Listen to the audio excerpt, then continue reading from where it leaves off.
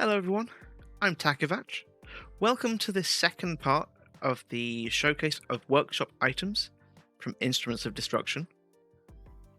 As last time, the video was getting a bit long, we decided to cut it short, but welcome if you've clicked through, or if you're clicking on for the first time. You can also check out the other two showcase videos that we've done so far, and I'm certain that any in the future will be linked at some point in this video, so do check those out as well. For now, if you want to find out if there's new content, click the subscribe button, and that will let you know when we do have a new release. On with the vehicles. First up, in the realistic category of this showcase, we have the giant Excavator V20 by Forged. This thing is amazing.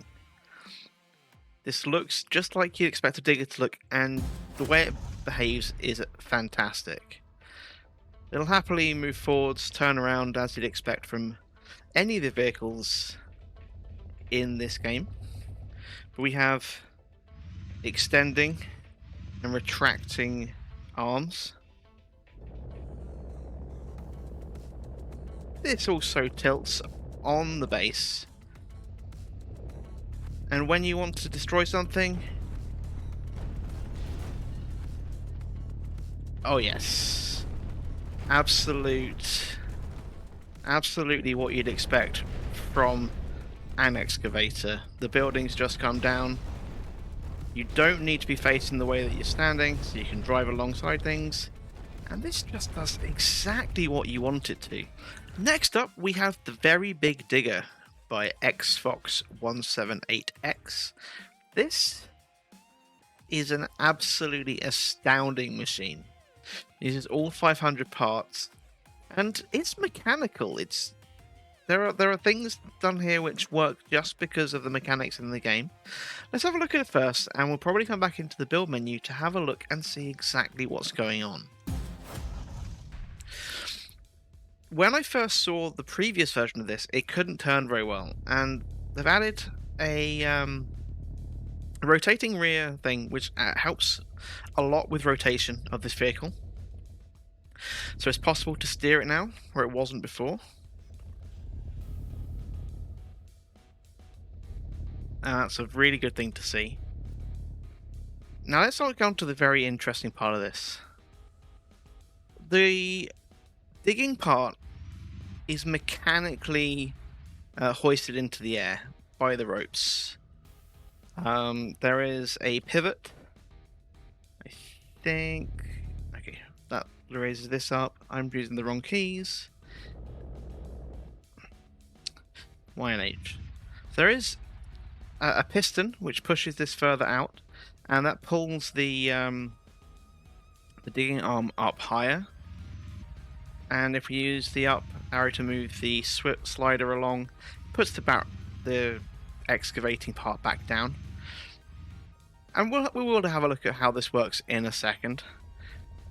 Before that, we need to obviously run some destruction. It does dig out pretty well, and like I say, I do want to put the barrel down a little bit so that we can go further into this building.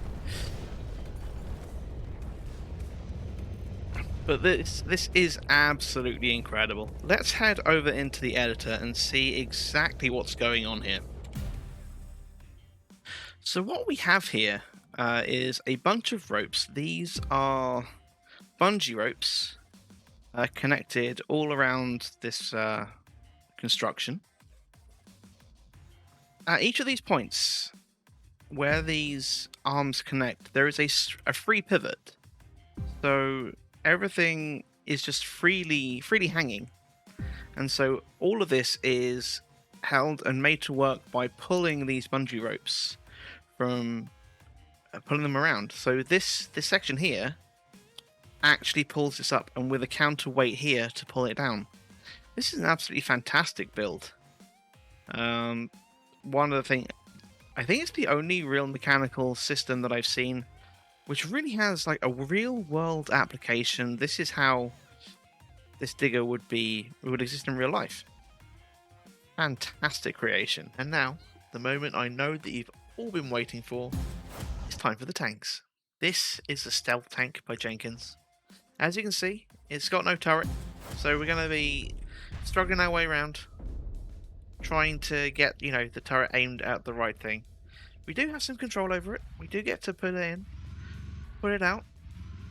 But that's about it. So we're going to just need to be rotating and... oh no!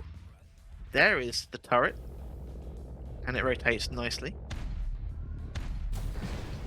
There's a very nice little mechanism for bringing that out. It's hidden. Hopefully in the future we'll be able to have a way of getting it back inside as well. Currently that's not possible due to time limitations. But that's a very nice design there. Just to not appear to be a tank at all, and then suddenly off we go. This is the heavy artillery tank by Quarks. This is some really nice innovations, including rotating guiding treads for the wheels. At the back they are one combined piece. At the front there are two individual treads. It works like skis, and it's very, very nice and maneuvers very, very well. We have raising and lowering turret, and we have some stability so that when we are turning and firing we're getting no movement. All in all, this is a well-designed tank with some pretty good innovations.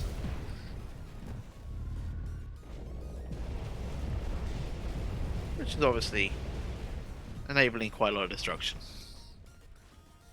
Next up we have this absolute monstrosity, the Demon of Death V2. This is by CømfîBʉrɲtekssp and is pretty incredible.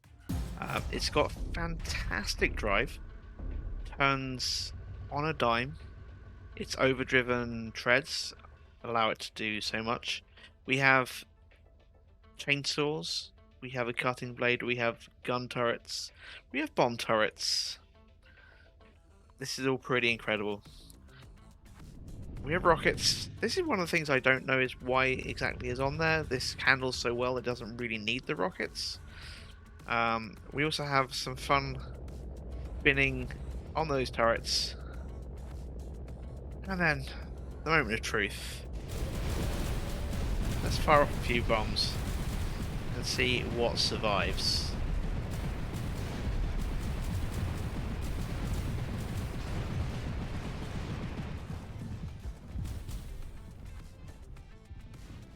To be honest, not a lot. I think this building's coming down over here yet.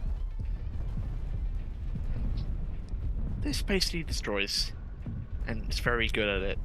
It's got one job, and that is no building surviving. And it does it very well.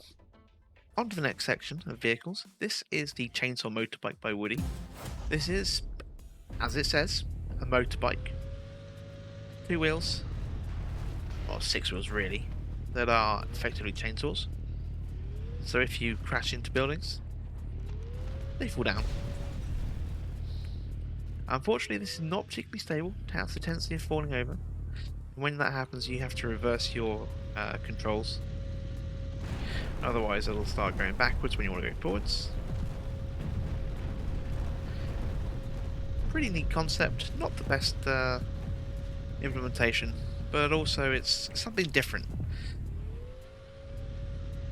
And quite effective at being that.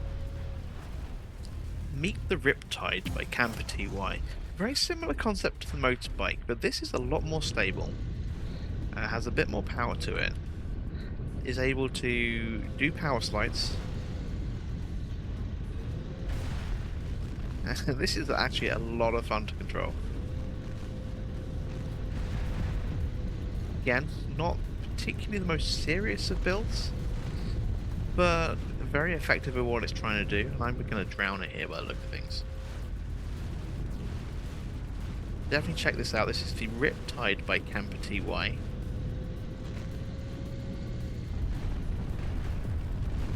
And here are a few more creations from Camper. Here we have Hammer Time. by Camper again. This is an incredible build of a rocket-powered hammer. Just press E, and everything happens for you. The feet come down, so you stabilize, the rockets go on, you don't have to do anything, and suddenly you're just hammering away at these buildings. The Tenderizer. This treats buildings like they're a piece of meat. Just go and get close with the rockets. Press E, and it'll give them a hefty whack.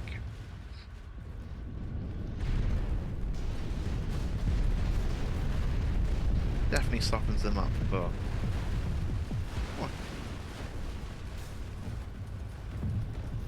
basically destruction. The Thagomizer. This Thagomizes things. Let's put it all the way to one side, pull it back through, and we have a destroyed building. A Thagomizer is a joke name that became a scientific name for the tail of a Triceratops. Finally, from Camper, we have the Rocketpunch. This is not particularly stable, but if you want to punch a building real hard, you just get close and you press E.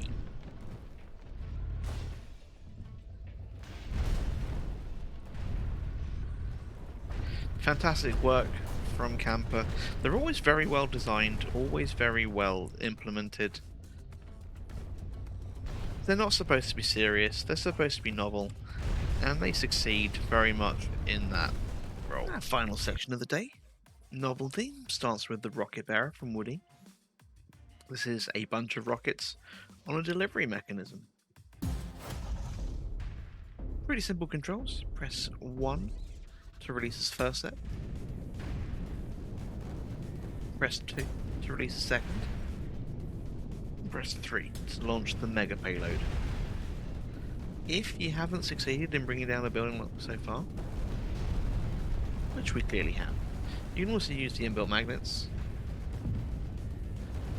which will obviously pull down buildings as we know they do.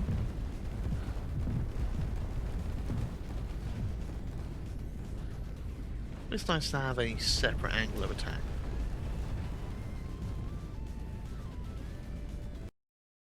The Asahakazirai. This is a fantastic build. I can't get it to walk. I can't get it to move any way apart from moving the sword and shield. It's fine, but I can't get it to walk. But that's fine. I don't mind that. Just the imagination, you know, the general attempt of this is worth more than it working very, very well. I think it's absolutely fantastic. And finally, for this video, a little bit of self-promotion. I am showing you the pig. This is currently on a very slow speed. There's a reason for that. There are 1,500 cannonballs inside this thing. The frame rate will be low because this hurts my computer. But when you see what happens when you press Q, you'll understand.